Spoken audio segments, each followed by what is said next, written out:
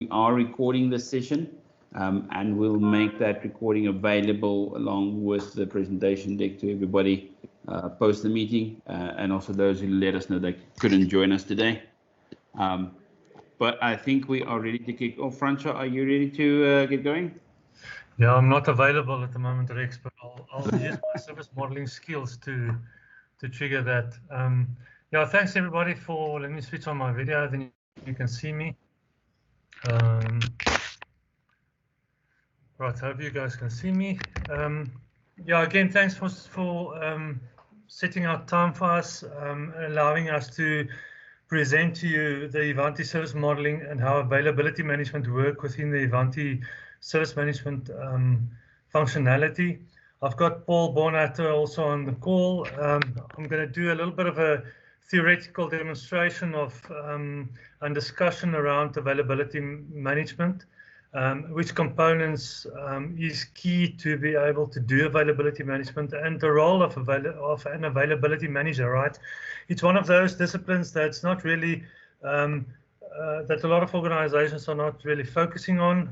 It's very similar to knowledge management, where organizations don't really see what's the benefit of actually investing in it. But as soon as you understand the concepts around it and the importance of that, then it becomes more apparent how critical it is to provide the relevant services to your organization. I'm going to switch off my video while I'm going through the slides, and then at some stage we'll go into a demo session where myself and Paul is going to go through a little bit of a use case of how it works within Ivanti. And then at the end of the demonstration, we'll go into a Q&A. If you've got any questions through the session, please post them in the chat, and we'll answer all of that at the end of the session. All right, so just who am I? I'm Francois Seegers from Blue Turtle. I'm one of the product managers looking after Ivanti. And then we've got Paul Bornatter, also from Ivanti, specialist within the Ivanti product set. I think most of you guys know Paul. So that's basically us. Just a little bit around Blue Turtle. Obviously, we're a BBBE level 1 organization. We've got offices in Mauritius, South Africa, in Midrand, Johannesburg, Cape Town, and then in Nigeria. The places where we play a big role in is infrastructure and cloud, cybersecurity, IT optimization, digital transformation, and big data. I'm not going to go into too much detail around that, but that's basically the footprint that Blue Turtle currently have. We are currently engaging internationally in other areas as well. Right, then just a brief understanding of what's the definition of availability management, right? I've pulled this from the ITIL definition.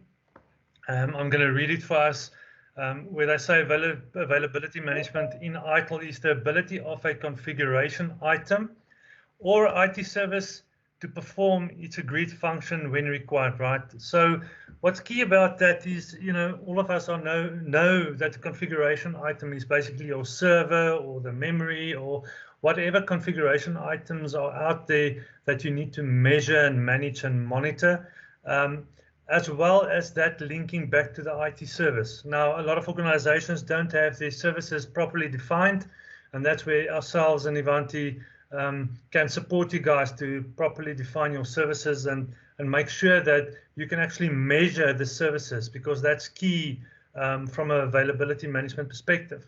There is service level agreements to an extent that's linked to services. Otherwise, how can you measure those services? So that's key. Then availability is determined by a couple of things. And that being said, it's reliability, how easy it is to maintain that service or configuration item, how easy it is to service that item, how to measure the performance and the security of that item, right? It is the duty of availability management to make sure that the level of availability that is delivered in all the IT services fulfills the availability needs in a manner that is both timely and cost effective. Its main concern is to meet the present and future availability needs of the business. The last point here was to meet the present and future availability needs, right? A lot of organizations don't even know what are those availability needs that the business requires, right?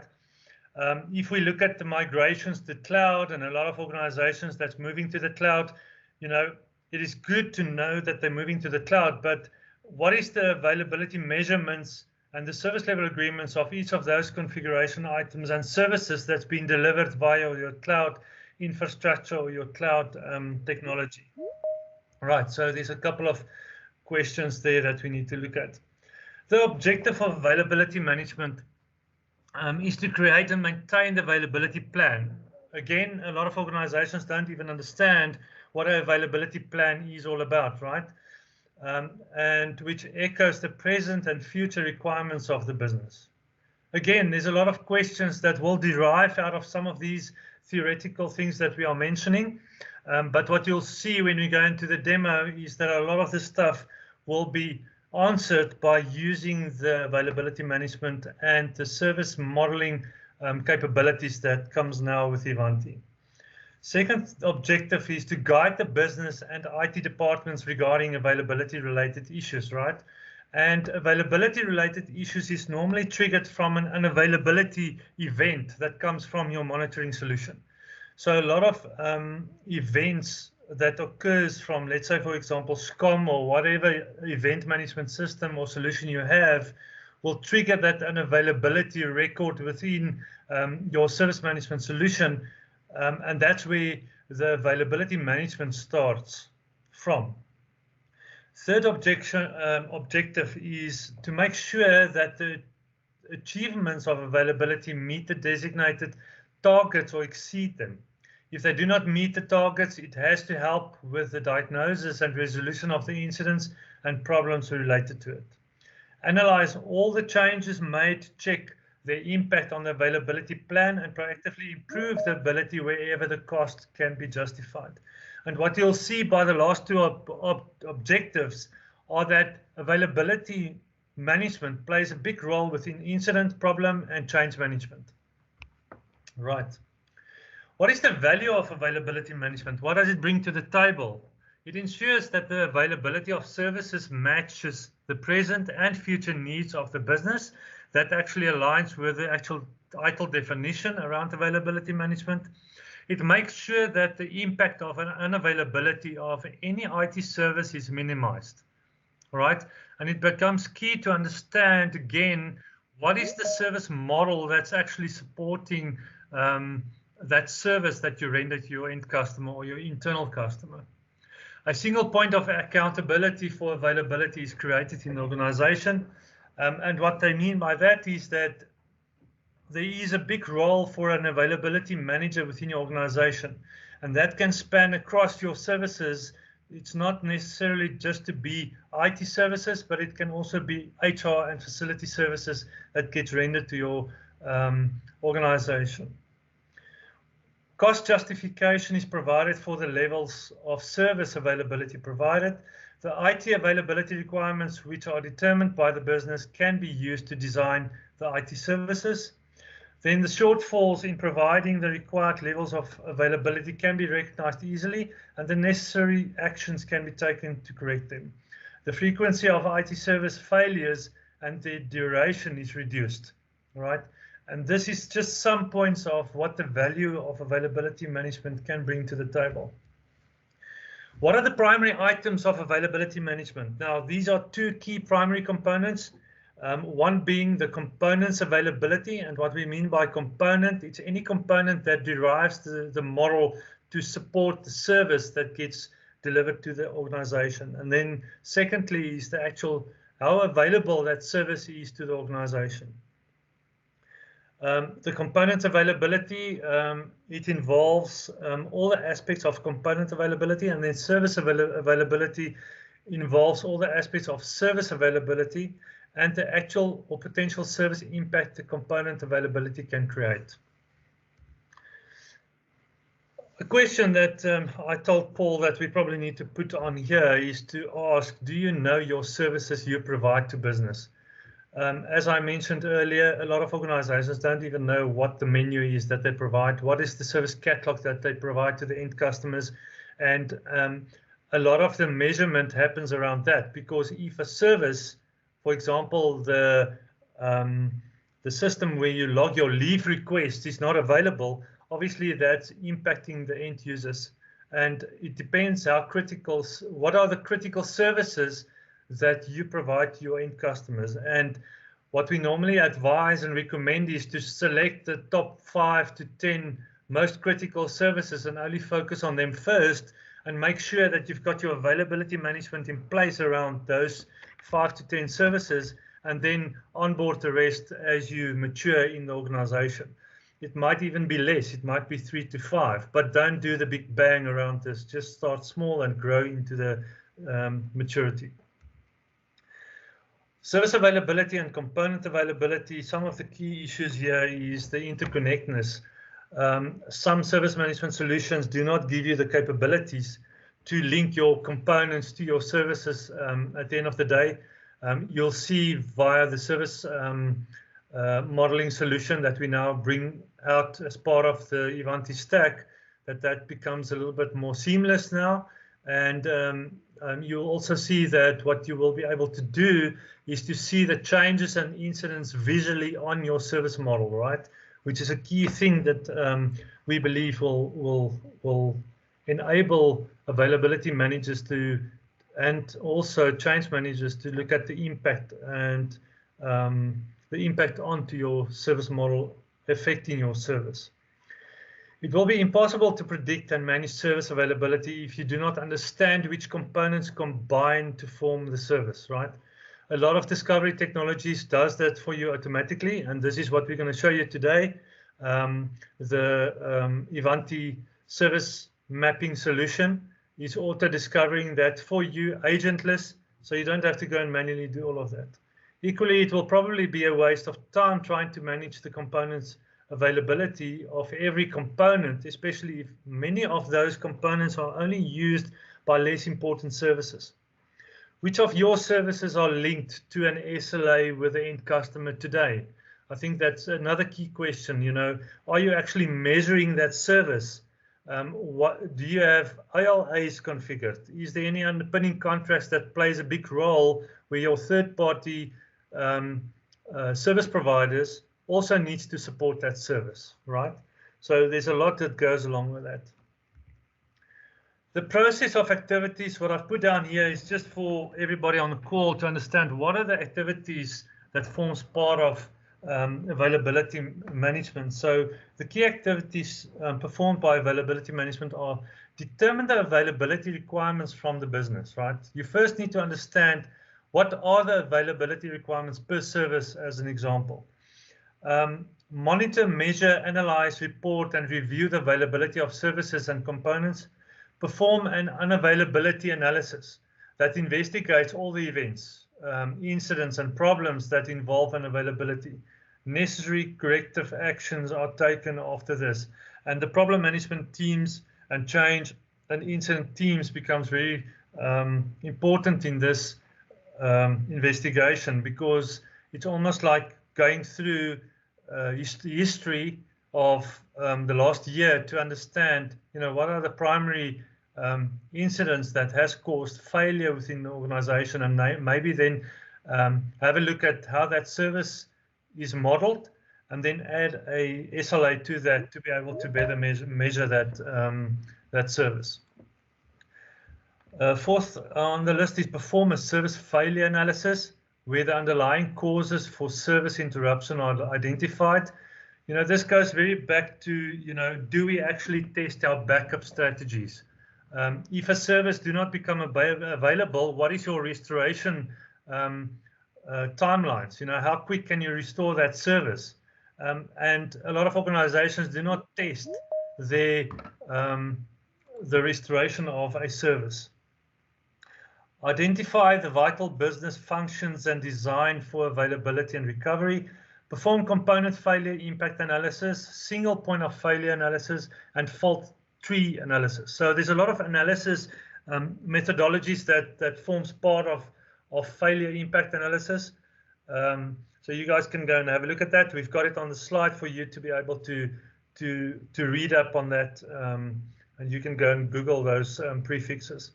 Then lastly, create models to determine whether the new models will meet the stated requirements. So a lot of the times you might have service models that's not really supporting the actual service that you are rendering to your organization. It might mean that you've got various versions of models. So it's important that you understand and determine what the new models should be. Right.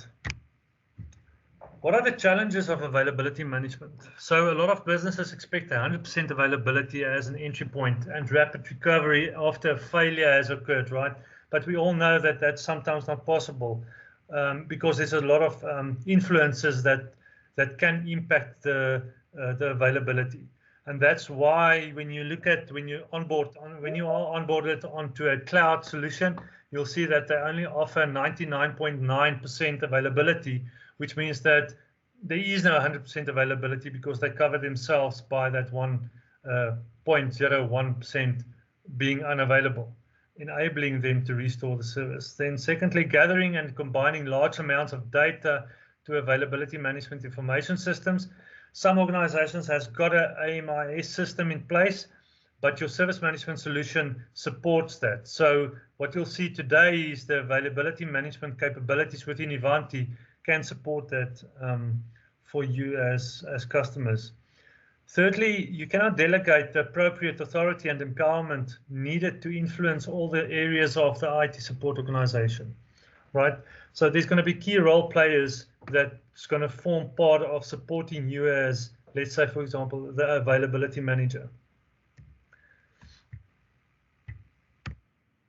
Risks of availability management. A lack of specific availability management tools. A lot of organizations don't have the relevant tools to be able to support them to do the availability. And that's the reason for the session today, so that you can see how we do that with Ivanti. A lack of commitment from the business to the process of availability management. It goes along, as I mentioned earlier, if we look at knowledge management, organizations do not see why do they have to invest in this? And what commitment do we have to give to be able to make it a success? But as you start using the discipline, if we can call it like that, and you get mature in availability management, it becomes very apparent that the investment you make up front and the outcome you get, let's say after 3 to 6 months, becomes very key to see that, listen, our services are more up and available than it was before. Reporting processes that are too labor intensive.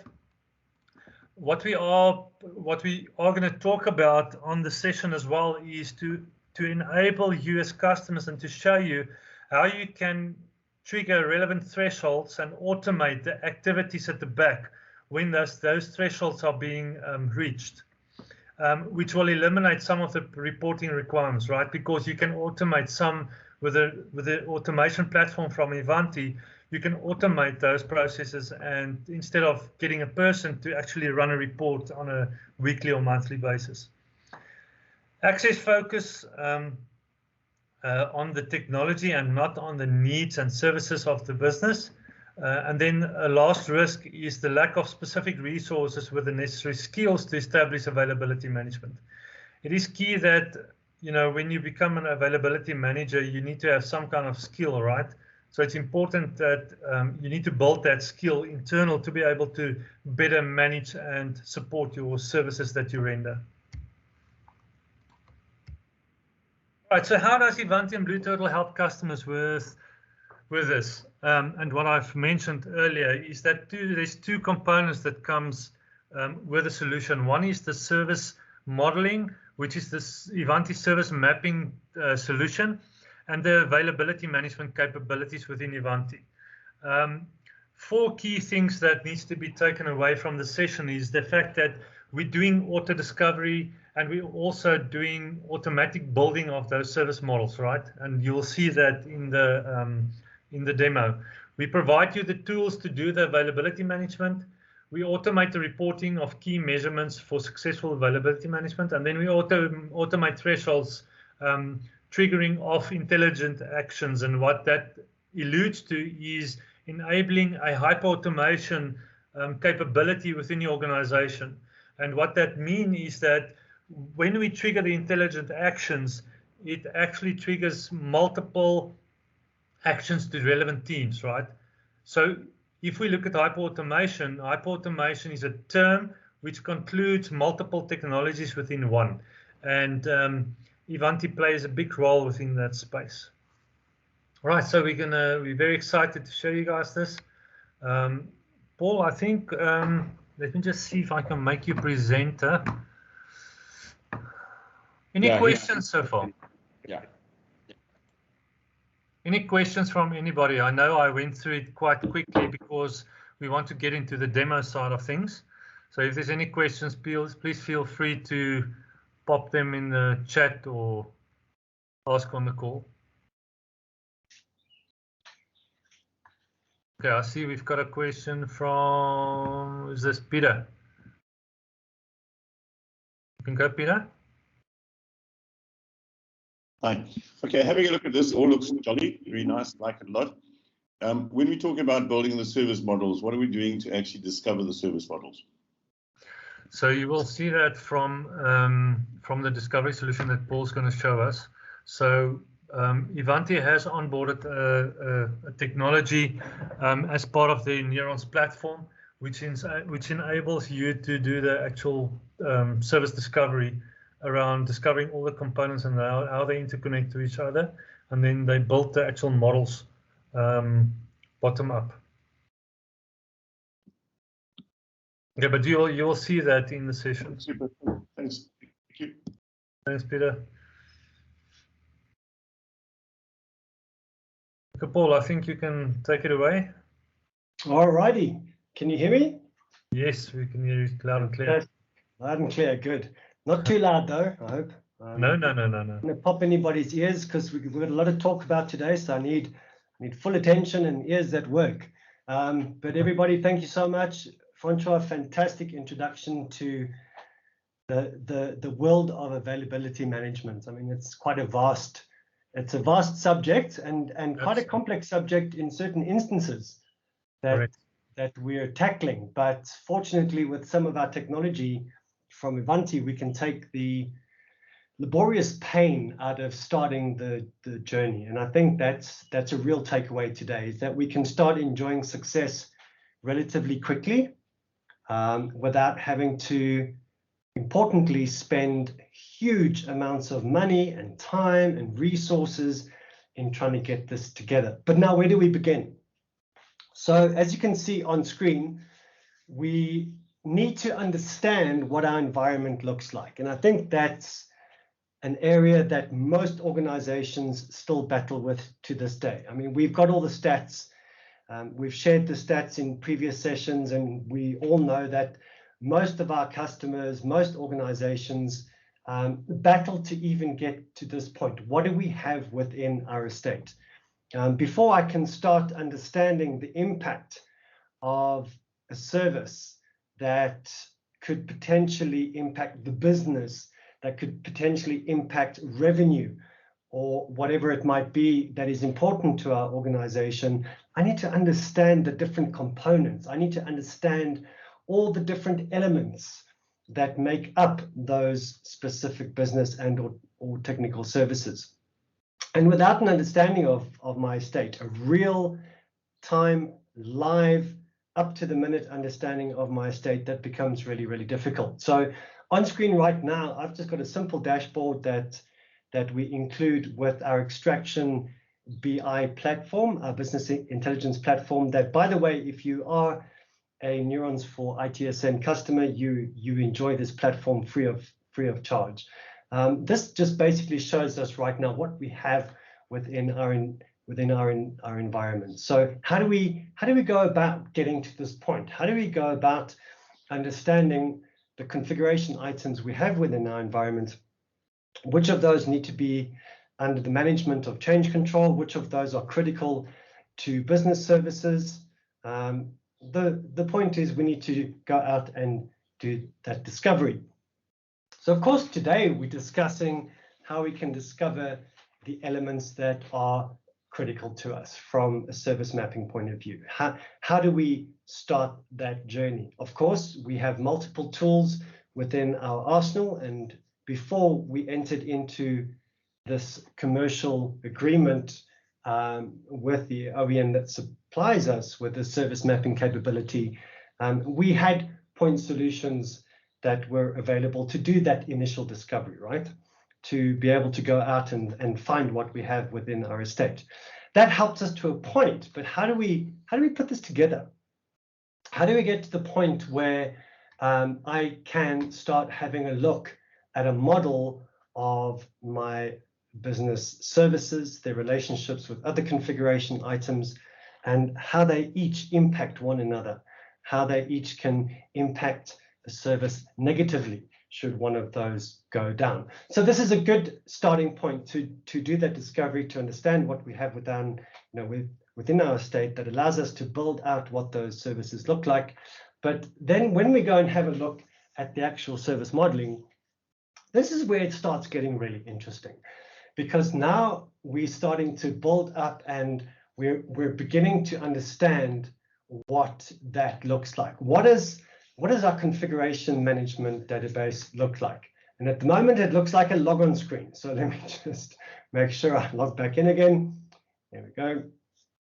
So when we come about and take a look at our specific dashboard, and I'm just going to go back to my home dashboard over here.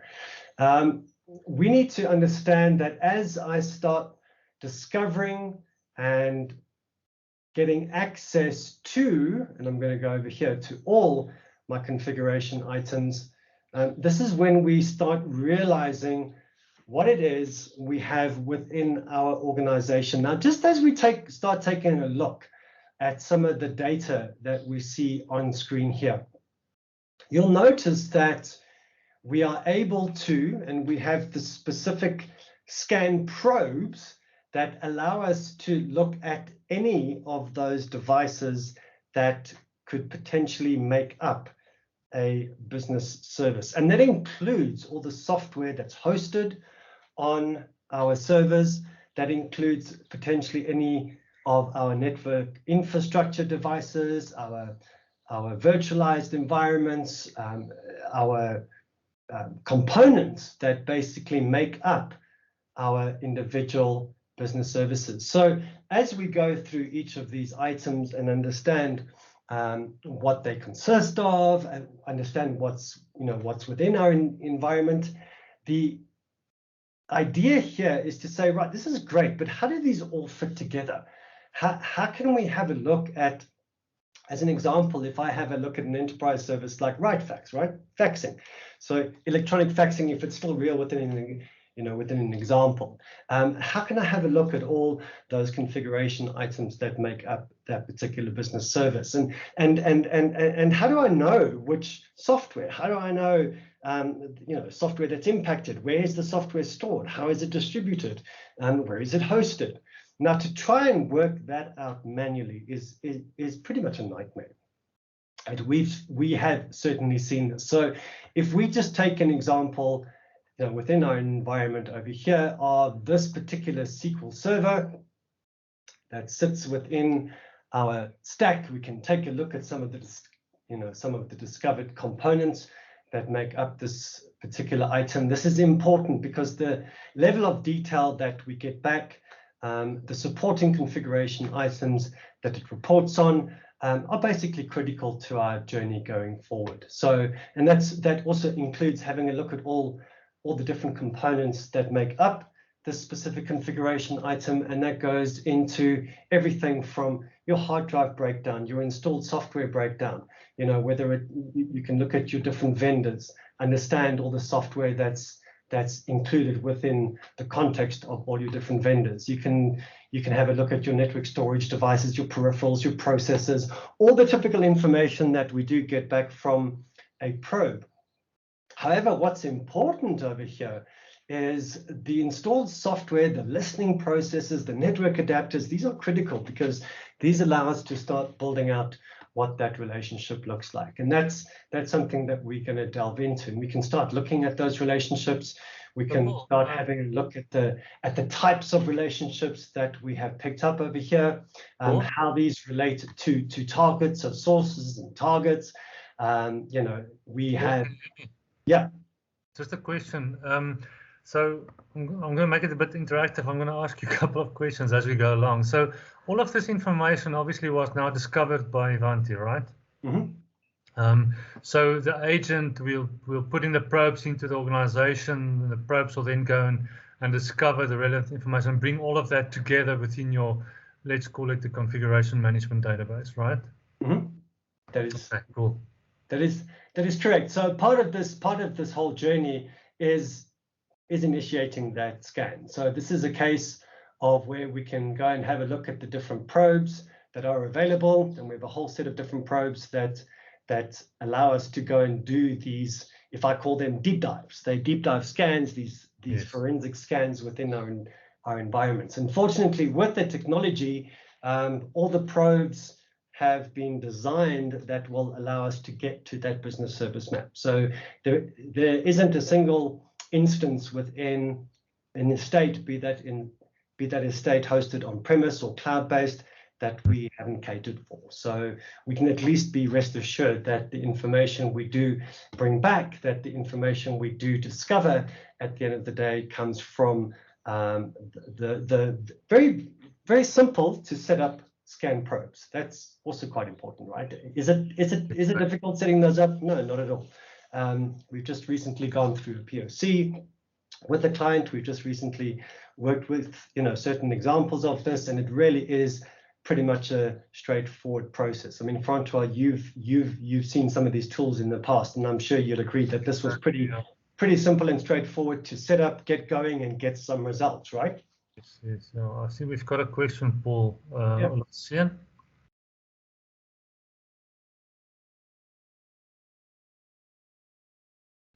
You can ask a question. You may ask your question. See, there's a hand up. Oh no, sorry. Oh, is it by mistake? Now you have to ask a question now. Oh, you have to ask a question now. Right, perfect. Yeah, Paul, just to get back to what you were saying, you know, the POC that we did, and, you know, looking at the technology, it was quite easy to configure. It was quick to install. I mean, it didn't even take us longer than 2 hours to do the installation.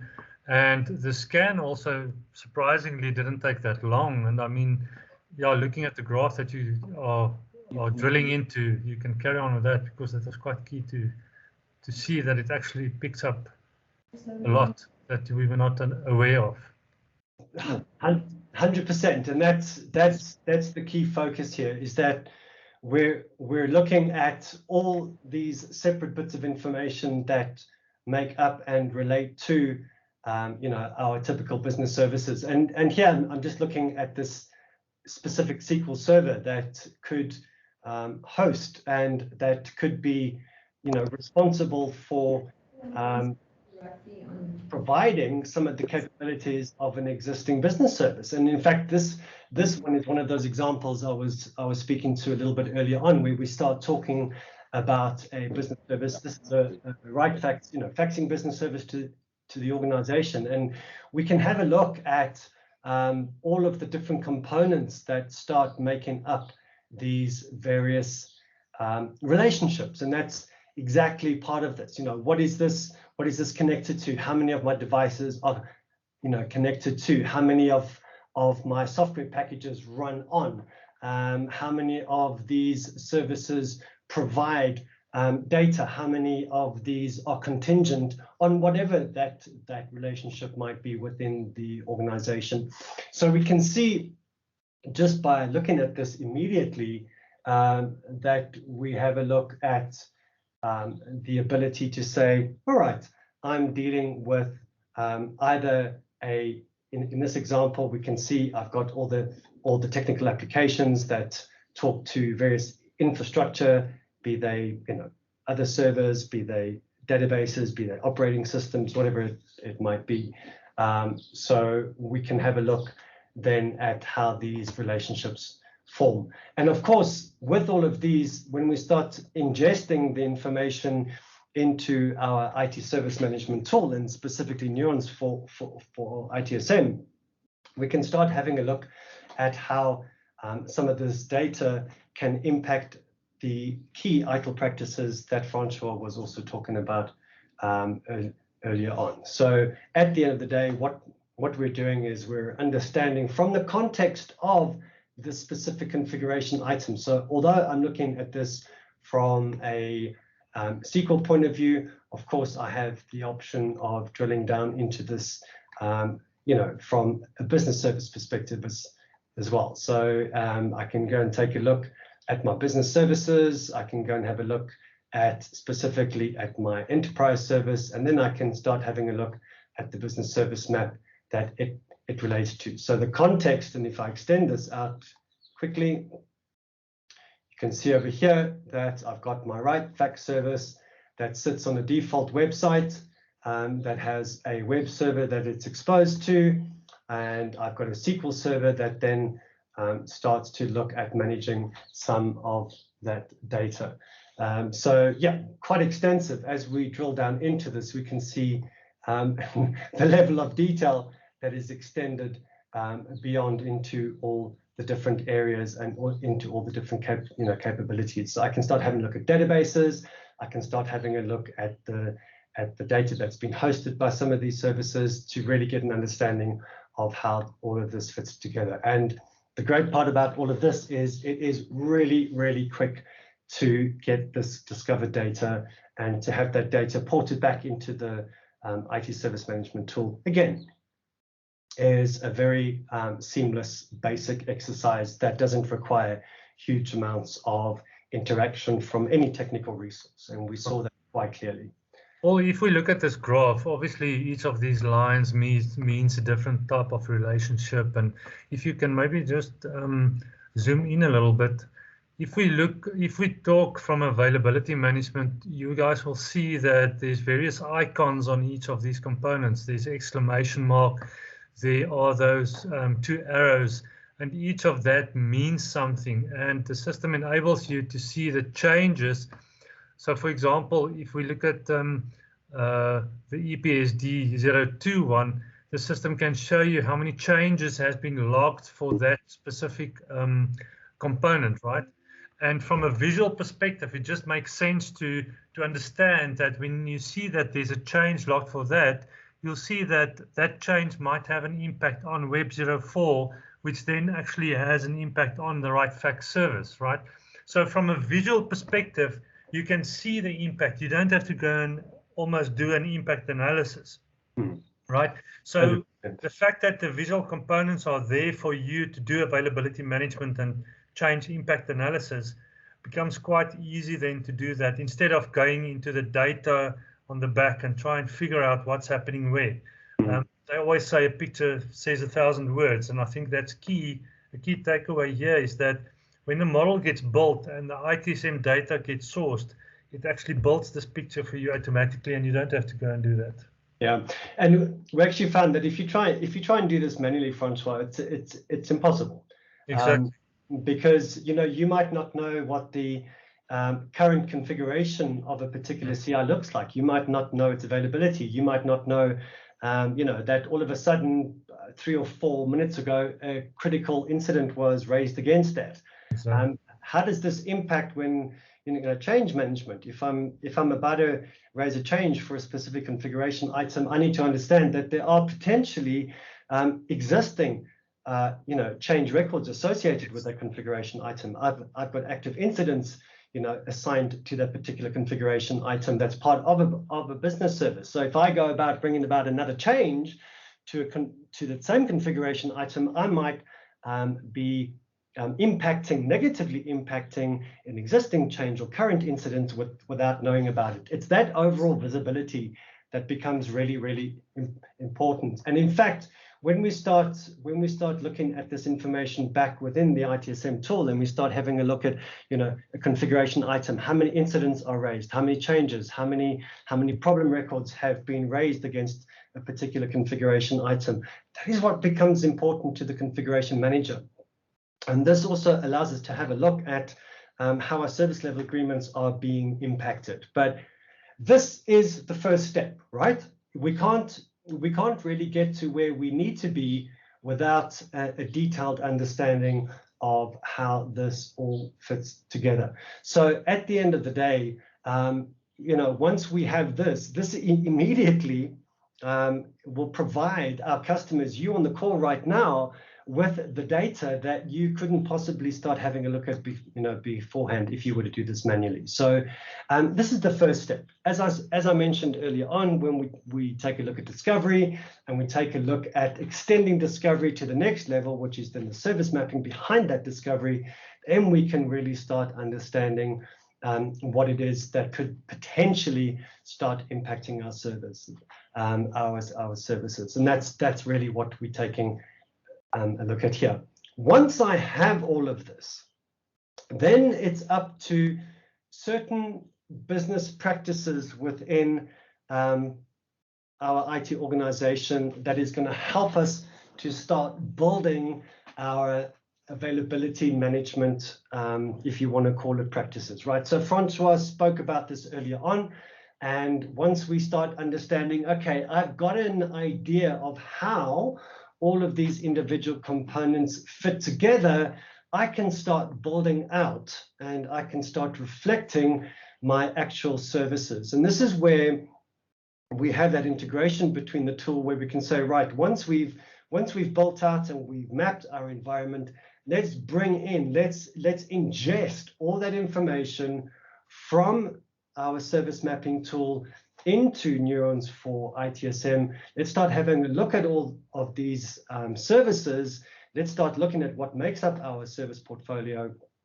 And we can then start taking a look at extending that conversation. And what I mean by that is saying, great, we've discovered everything, understanding what is happening with our environment, but let's start looking at what it is that we have promised the organization from an availability perspective. And this is really what's important. When we start drilling down into each of these individual components to be able to understand what it is that we are offering from what we would term a target availability, because that's really what it is that we're that the business is demanding from us. We require a certain percentage of availability in order for business to continue as usual.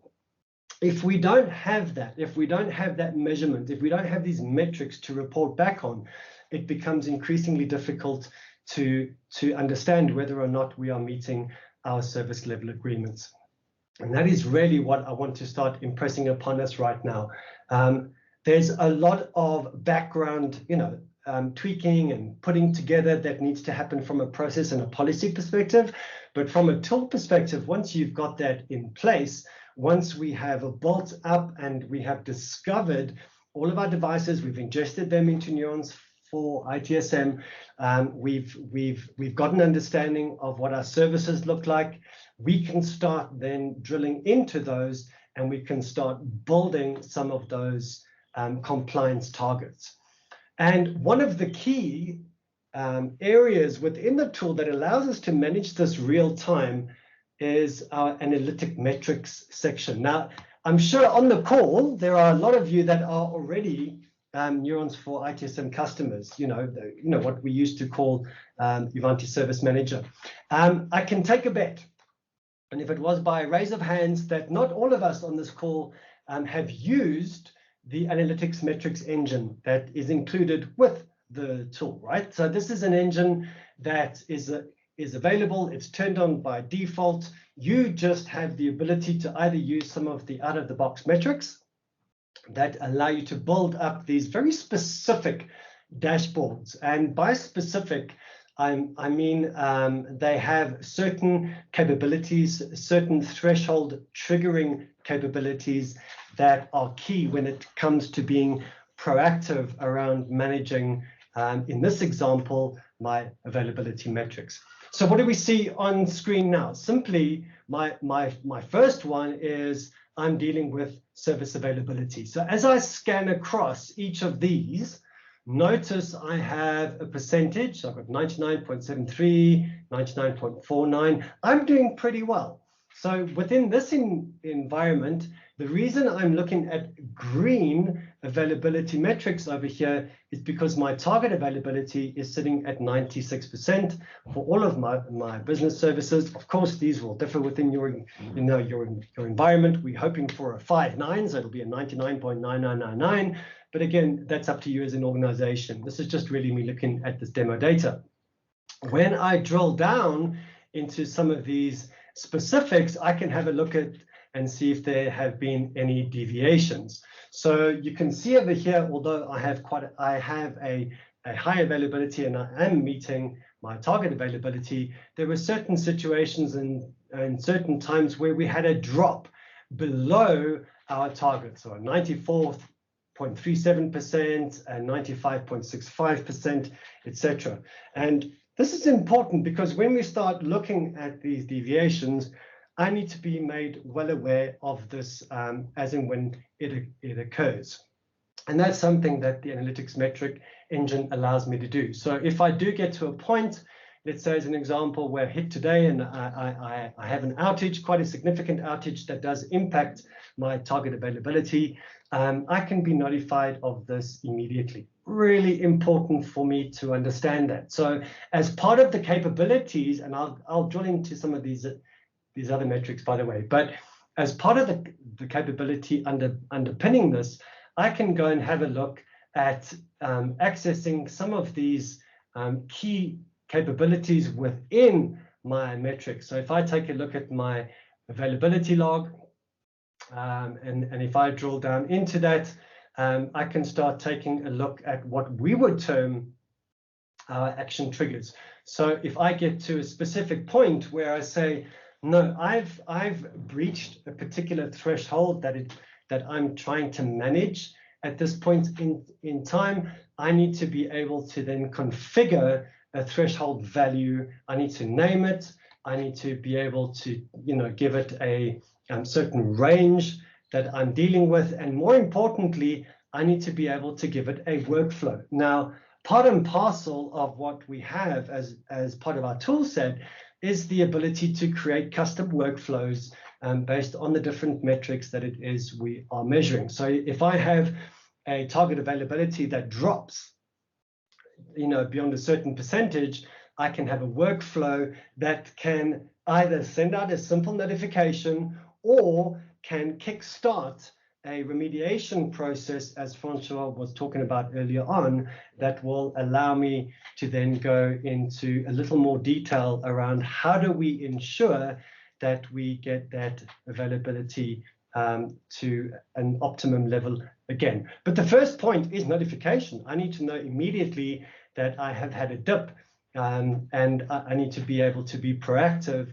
around being able to manage that. Now, this alone, if you just take the ability to do the discovery, the ability to ingest that discovered information into the service management tool, and then the ability for me to manage my outages, report on them, and be proactive in notifications if I drop below a certain percentage, I mean, this is really valuable and can be realized in a very short period of time without, as I mentioned earlier on, expending too many resources. So we really do want to get to that point as quickly as possible. So Paul, this is basically the dashboard that a availability manager will probably use, right? This is their house. Yes. They live here. They breathe the oxygen here.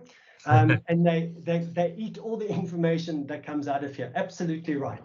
What makes this up? What, the setting of targets, having a look at the events, the outage logs, that's what we're going to drill into. But the availability manager is interested in this. He or she needs to know that availability percentage. They need to know the reliability. They need to know the maintainability of their environment. And this is exactly what that's going to give us here. Excellent. Okay, and as part of that, I've just got a slightly different view on this.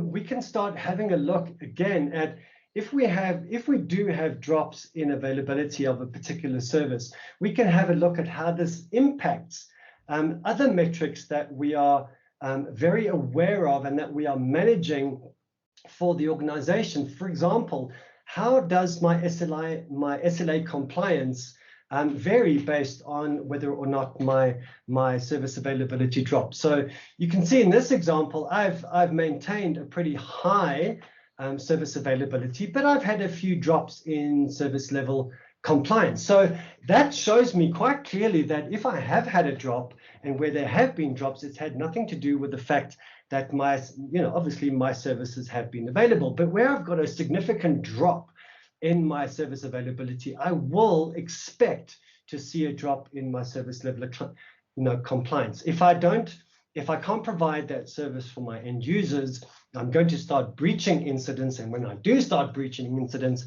I'm going to start negatively impacting my service level compliance. In the same way that this could start impacting my service satisfaction ratings, right? So if my service availability starts dropping, it will start negatively impacting my customer satisfaction ratings. And we can see the direct correlation between that in these two metrics. So it's this kind of information that is available to you out of the box that I think is really invaluable to allow you to assess the overall temperature of our existing customers based on the availability of our services, and also looking at how service availability is impacting our service level compliance. But we can't measure or see any of these results unless we start with the actual metric data. So when I'm building up a service, what that service looks like, what the target availability is, what all the different service level agreements are, that's where the rubber hits the road. So I've got to really start taking a look at that. So that's an area that we're going to delve into right now. We're going to take a look at a couple of these services. I have one that I've set up here, but I'm going to show you a different view as a service owner as well. But I'm looking at this as an administrator, or as a configuration manager, or as a service desk manager. I can have a look at a particular service. I can take a look also at some of the key information that'll help me measure availability. For example, what is that target that I spoke of earlier on? I can input that over here. The type of service we're dealing with, if it's business technical, if it's both, who owns it, who manages it, the category of service it is, and importantly, the weekly hours of operation, right? So I need to understand, is this a 24/7? Is this a weekly? Is it an 8x5? And this is where you can start setting up your custom calendars to help you manage those times more accurately, right? So if it is a 24/7, we can use that, but if it is restricted to business hours, what are our business hours? So that when we track our progress, that progress is tracked against a calendar and not just against a 24/7. Then we can also have a look at this. Just to give you a breather. So what we are looking at here is the actual business service and the criteria and metric around measuring that business service, right? And I think what's key over here is that some of this information can be imported, so you can populate the spreadsheet and we can import that.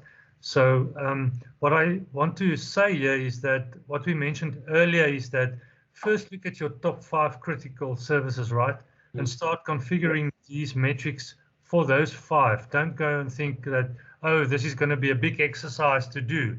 Start small and then build out onto the rest of the services. Otherwise, people might think, but this is a daunting task to do, but it's not really. It's a couple of fields you need to populate.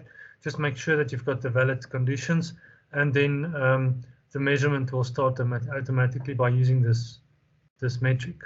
100%, yeah.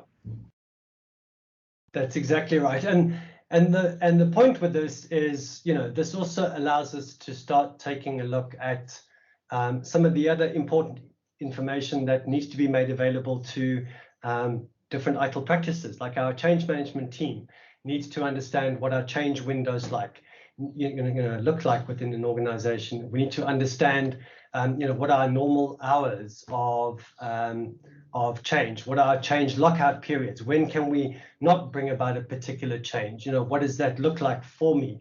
Can I set certain thresholds? Can I understand what that availability looks like? So when I do bring about a change, I need to know when that happens, because when we start talking about outages and how outages impact service availability, we can have both scheduled and unscheduled outages. So scheduled outage is when I go about and perform a change on a specific configuration item. And that is well accepted within the organization because it's within our change window. It goes through and has followed normal business practice. So all the configuration items that are linking up to this particular model will also have similar change windows, if not identical, that will allow us to then manage the changes accordingly. So being able to specify these change windows, these change lockouts, that also becomes key. But drilling into some of this, it's going to change my role quickly. As you know, Neurons for ITSM is role-based. So depending on the role, I have different access to different data. And a very important role within the tool is the service owner, because the service owner really is responsible for and owns all the specific services within the organization and the service levels, operational level agreements, and underpinning contracts that really do make up the whole environment. So if we have a look at and we go back into this enterprise application service, we can have a look at as a service owner, I have a lot more information that is available to me because I am responsible for this. So we can see at any particular point in time as part of this, do I have any associated service level agreements with this particular service? And yes, of course I do. I have default packages. I have default packages that are attributed to this particular service. What does that mean? I could have gold packages, I could have silver packages, I could have platinum packages that determine really what my service levels look like within an organization. You can see over here, if I just pop into desktop service, I've got silver, I've got bronze, I've got gold with all their specific defaults. I can even start having a look at those and drilling down into some of the specific service level agreements that are associated with that. But before I can do any of that, I need to be able to ensure that I understand exactly what makes up that particular business service. Then I can start having a look at my different service agreements. I can start taking a look at what those service agreements are. What are my response targets? What are my resolution targets? How am I measuring against them? Again, all of those being rolled up into the specific service that I am taking a look at. So that becomes really important to me, being able to have a look at, in the same token, if I have had any events that have occurred against that specific service. Have I had any incidents that have been raised against that? Are there any current changes or problem records that exist against that that particular service? And that's exactly what I can see as the service owner.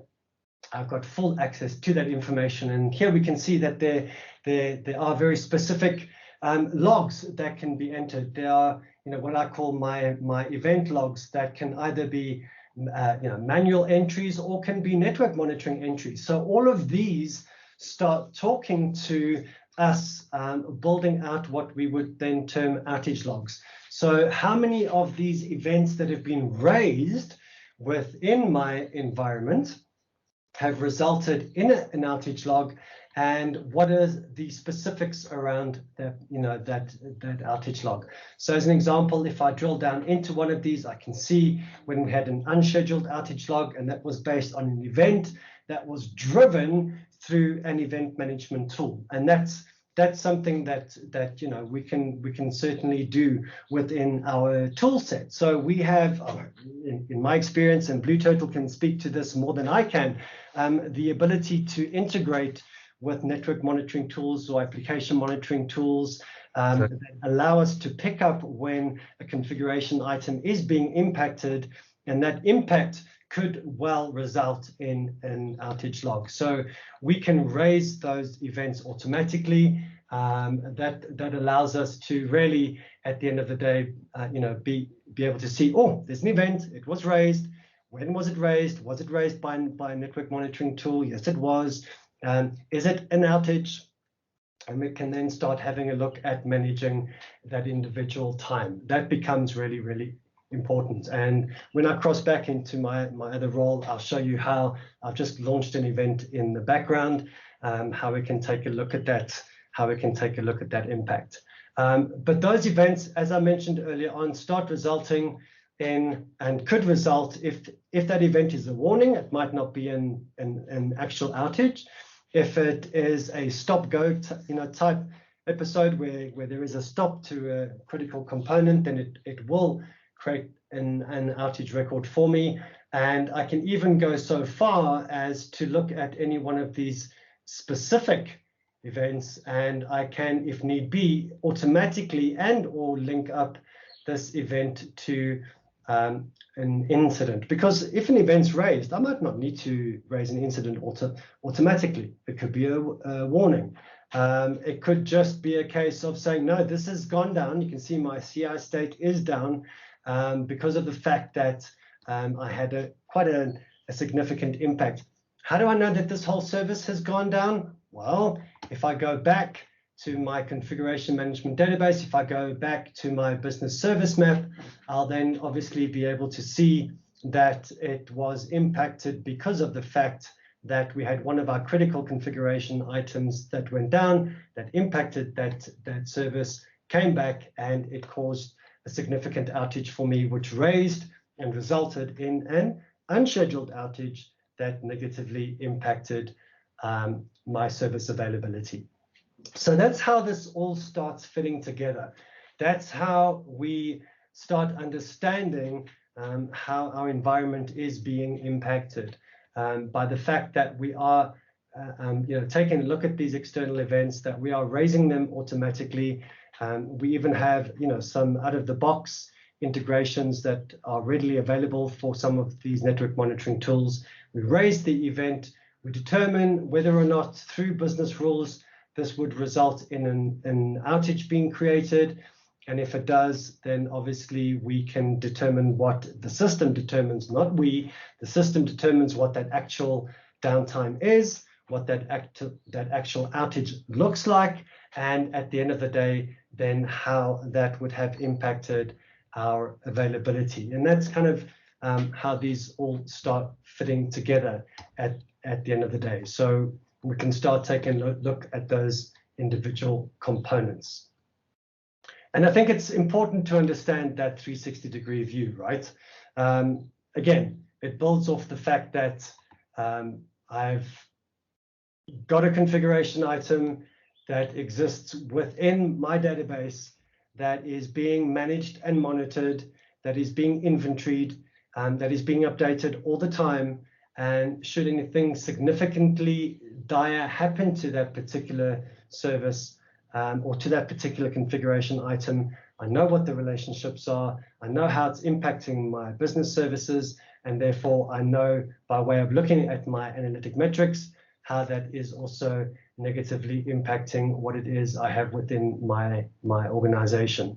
So that becomes quite important.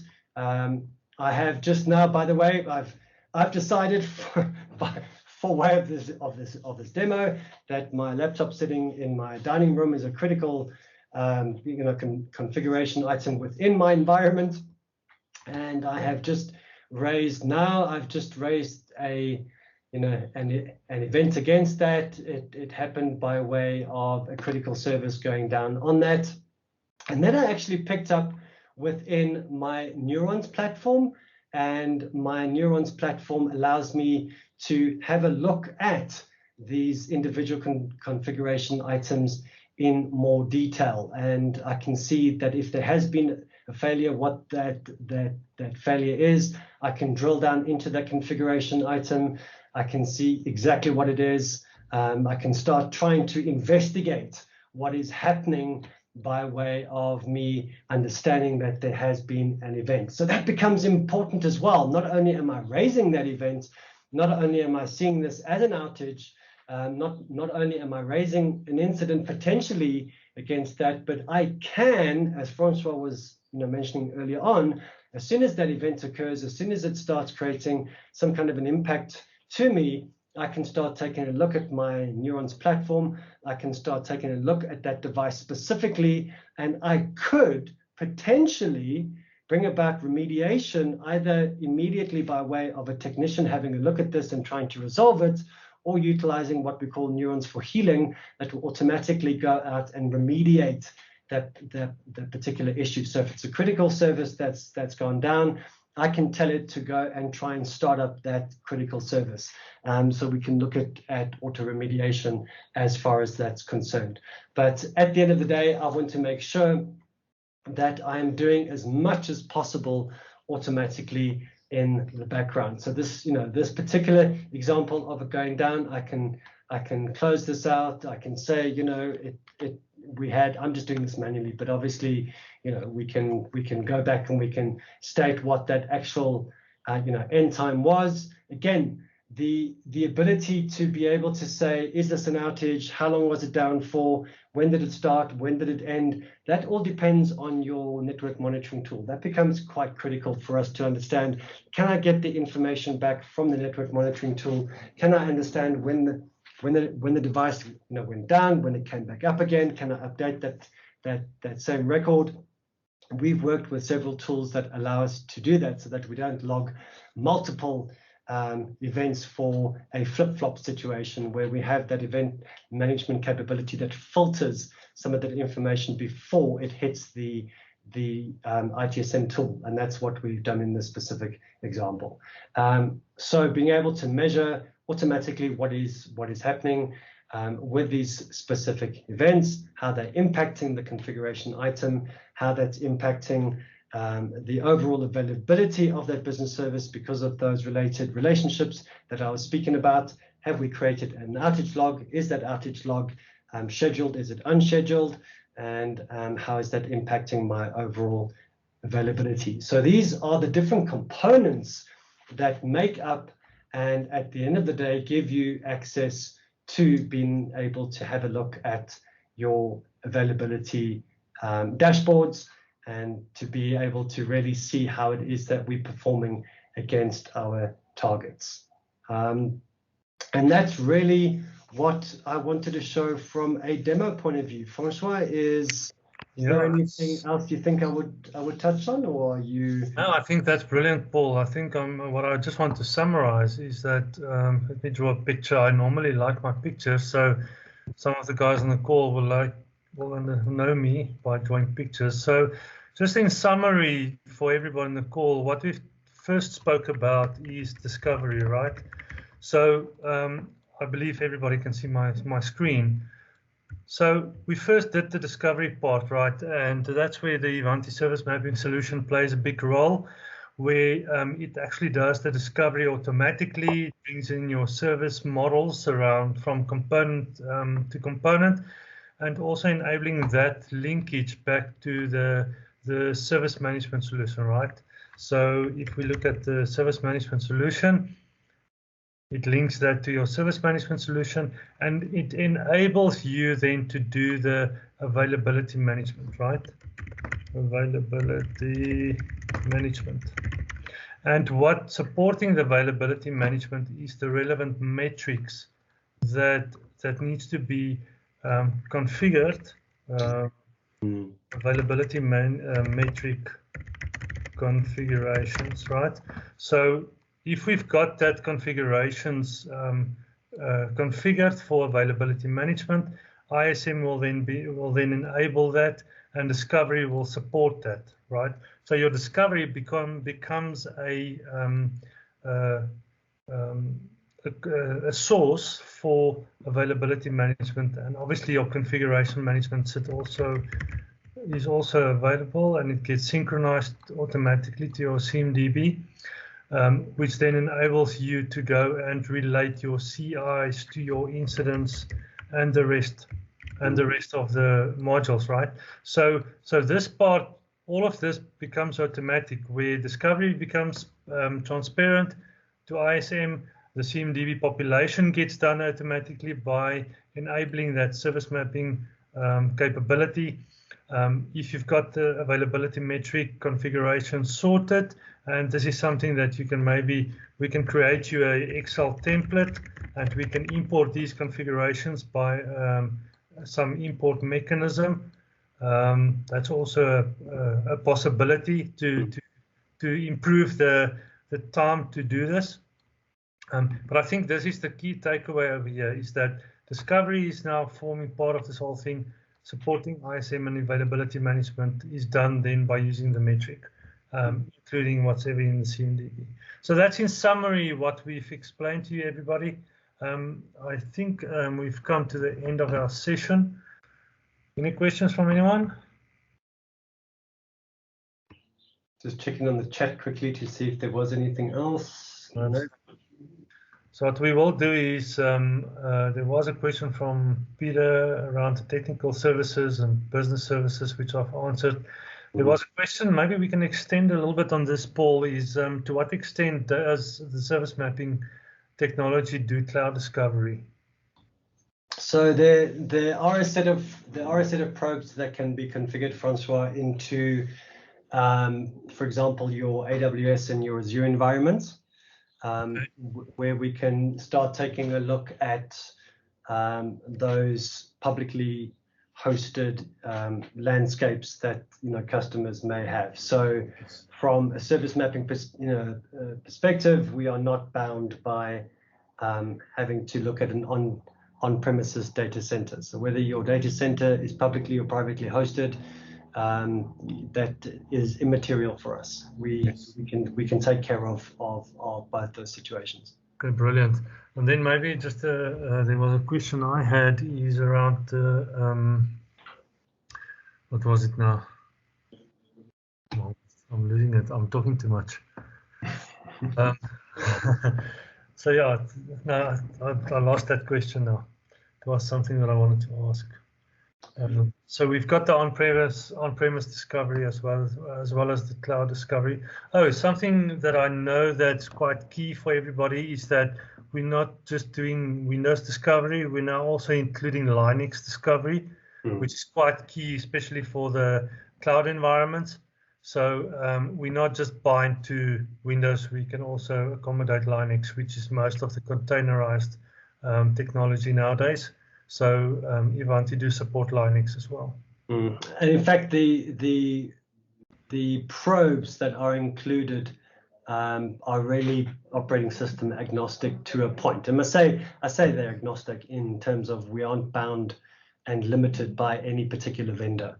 That needs to be the case. So not only from a server operating system, but we can also configure those probes to look at any infrastructure devices as well, storage devices, network devices, whatever it might be, because all of these different components make up that business service, right? That's especially great. from a technical perspective. I need to know that if I have several servers that are linked by way of a common switch, if that switch goes down or there's an impact with that switch, it will impact me. So I need to know that information as well. So those are I think last time we counted there were over 100 different types of probes that one can take a look at, both supporting on premises and cloud. So if there's one that we haven't configured yet, I mean obviously it hasn't been discovered yet, but exactly. maybe it does exist out there, because we understand that the landscape and infrastructure as we know it is changing on a quarterly basis. So exactly, obviously we have the capability to be agile and make those modifications as we need to. But I do believe we have everything covered. Okay, brilliant. Okay, I think not having any questions, I think we can call it a day. I just want to thank Paul and the guys from Ivanti and the guys from Blue Turtle on the call. Thanks so much for your time, especially the customers on the call. If there's any questions that you've got, please send myself, Rex, and Simone any questions you have. If you want to delve a bit more deeper and you're looking at maybe onboarding this, let us know and we'll reach out to you and make a plan to set up a POC and get the ball rolling. Thanks, Paul. Thanks, Simone. Thank you, Francois. Have a nice day. Great. Thank you. Bye, everyone. Bye bye. Thank you, guys. Cheers. Bye. Yeah. Bye.